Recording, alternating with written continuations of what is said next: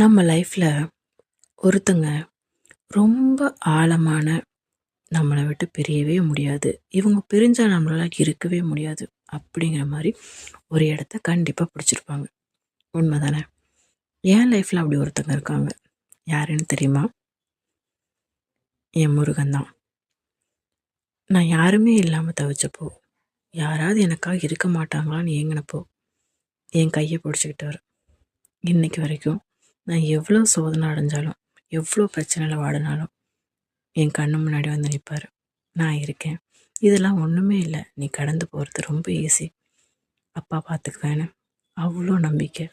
ஒரே நிமிஷத்தில் கண்ணு முன்னாடி வந்து நின்று கொடுப்பாரு. காதல்னா என்னதுங்க?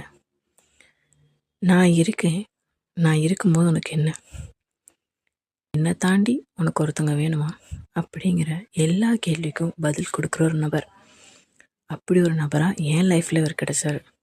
உங்கள் லைஃப்பில் நிறைய பேர் இருக்கலாம். முக்கியமாக லவ்ங்கிற ஆப்ஷனில் உங்களுக்கு கண்டிப்பாக ஒருத்தராவது கண்டிப்பாக இருப்பாங்க இல்லையா?